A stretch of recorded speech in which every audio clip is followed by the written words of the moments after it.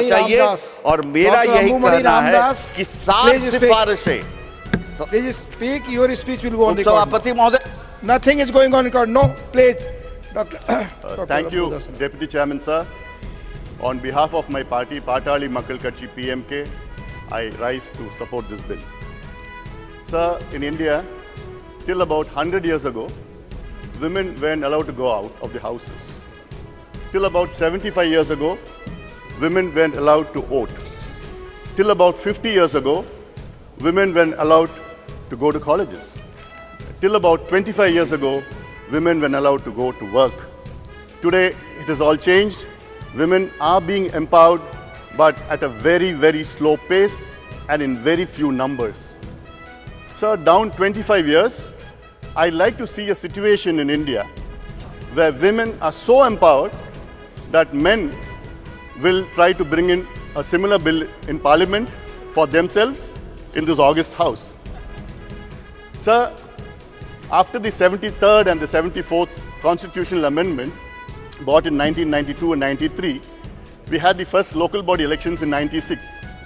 During that elections, many of the party cadres had made their wives, their daughters and their mothers as panchayat presidents or samiti presidents or district zilla parishads, thinking that they could control them through proxy. But then I saw after 2 years, the women acted independently.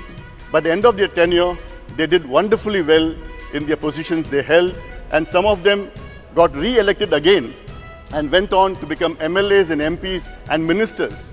So if you give women an opportunity, they definitely will excel in whatever they are doing. So I have 2 requests to the government. One, to kindly bring in the OBC representation in this bill.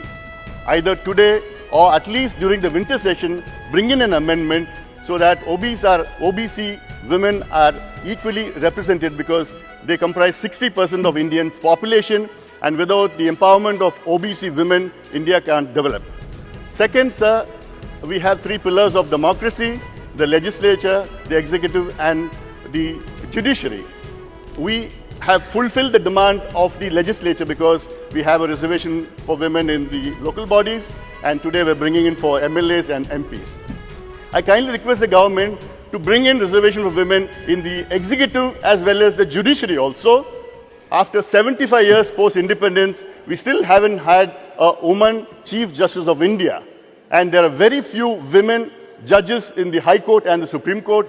We need more women officers in IAS, IPS, IPS, IFS and defense sector. And definitely we need, so the government should bring in an act, an amendment, constitutional amendment, so that women are empowered in the executive as well as the judiciary. Sir, I would like to end with the saying, if boys get education, only he is educated.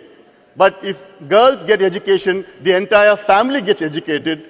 And I would urge upon the government to empower women, respect them, and give them empowerment in all sections of society. And that is when India will become a developed country. Thank you very much. With these words, I support the 128th Constitutional Amendment Bill 2023. Thank you, sir. Thanks for confining yourself to time, please.